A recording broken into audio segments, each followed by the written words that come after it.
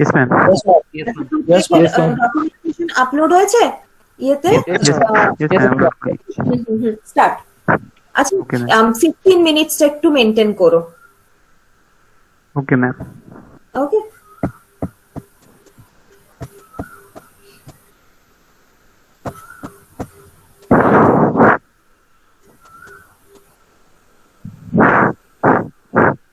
And the screen is visible. Yes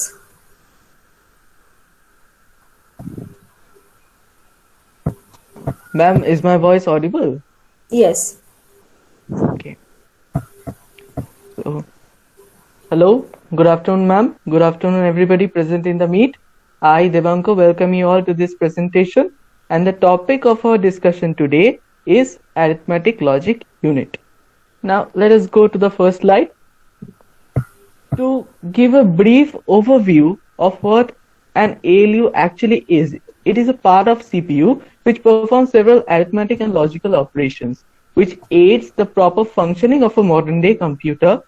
As our slide suggests, that it is a fundamental block of CPU with immense importance, which in the later slides we would explore deep into. Now, in the next slide, we take a peep into the history book to find the roots of this ALU. So we find that this ALU, or arithmetic logic unit, is the brainchild of John von Neumann, who in the year 1946 designed the IAS computer while working in Princeton Institute of Advanced Studies. Neumann took no time to appreciate the importance of ALU and strongly believed it was reasonable that a computer should contain specialized organs like ALU to perform these arithmetic and logical operations, as he quoted. Now, in the next slide, I should call Digonto to continue with numerical systems. So thank you, Devanko, for the introduction. So as we all know that so we move on to the numerical system of the ALU. So as we all know that the early computers used a wide variety of number systems, including the ones complement, signed magnitude format, and even the true decimal system with 10 tubes per digit. But ALUs, on the other hand, for each of these numeric systems had different designs that influence the current preference for two's complement. As this is the representation that makes it easier for the ALU to calculate the addition and subtraction operation. So as we move on to the next slide, there is a practical overview of an ALU. So an ALU basically loads the data from the input registers, executes, and stores the result into the output register. A control unit tells the ALU what operation to perform on the data. So on the next slide, there is a schematic symbol of an ALU. So as we can see in the symbol, A and B are the input to the ALU, R is the output, and F is the input from the control unit. And there is D, which is the output status, also known as the condition code. It indicates the cases such as the carry in, carry out, overflow, division by 0, etc. So from the next slide, I will request my friend Choyon to carry on. Thank you, Digonto. Now I am going to discuss about the operations that can be performed by an ALU. So these operations are arithmetic operations like addition, subtraction. Then there are logical operations like AND, OR, and then bit shifting operations like arithmetic left shift or right shift. So for performing these operations, there are mainly three units. These are arithmetic unit, logic unit, and shifter unit. So now I am discussing the arithmetic unit. So this is the block diagram of a 4-bit arithmetic unit. There are 4:1 multiplexers and a 4-bit parallel adder. So the outputs from these multiplexers act as the input to the adder. Here A0, A1, A2, A3, these are the 4 bits of the input data A. And similarly B0, B1, B2, B3. I'm interrupting you, Chan, 1 minute. So are you gonna explain the whole thing right now? No, ma'am, a few operations on this. Okay, explain only one. Okay, ma'am. Okay, ma'am. Any I'm one. explaining Pick the any diagram one. and then any one operation. Okay, ma'am. Yes, any one. Just explain any one of your choice. Okay, okay.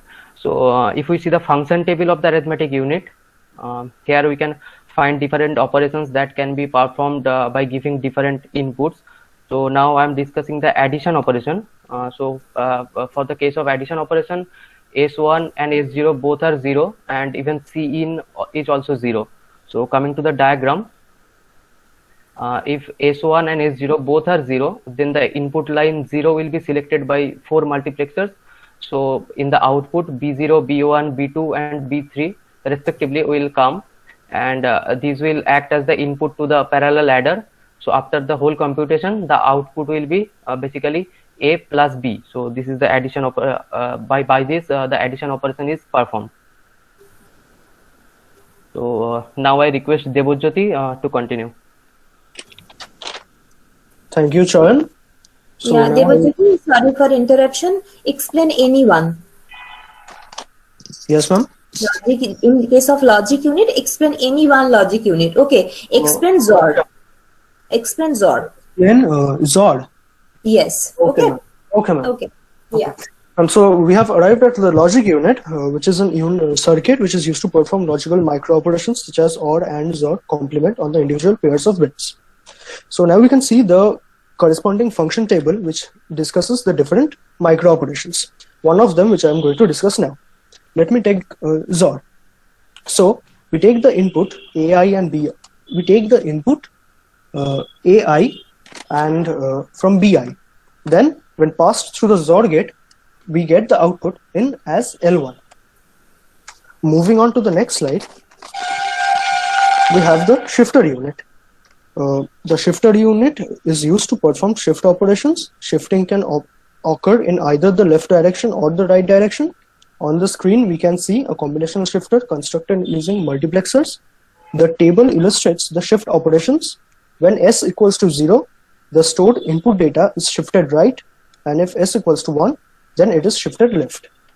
Moving on, we can combine the previously discussed arithmetic, logic, and shifter units into one single ALU with common selection lines. On the screen, we can see a 4-bit ALU constructed using a set of 4 multiplexers, each taking 4 inputs and a single output. The final output of the multiplexer of the ALU is determined by the set of multiplexers selection lines S2 and S3. If we move to the next slide, we can see the table which shows 14 micro operations, 8 for arithmetic unit, 4 for logic unit, and 2 for shifter unit. Moving on to the next slide, I would request Devanko to conclude our presentation. Yes, thank you, Devajyoti. Now, as we have learned all this about the ALU and we have observed its several uses, one engineer must keep this thing in mind that whenever the operation becomes much more complex, much more logical, then we have to use much more complex ALU operations, and sometimes they have to compromise on the speed of the processor. So it is up to the engineer how he or she designs this ALU as per the requirement. So with that, let us conclude the session. So therefore, we have come to the end, and I would like to thank Portia ma'am, who has taught all this to us before, and with that knowledge only. Go back to arithmetic slide. Okay, Devanko. Yeah, thank you. Go back.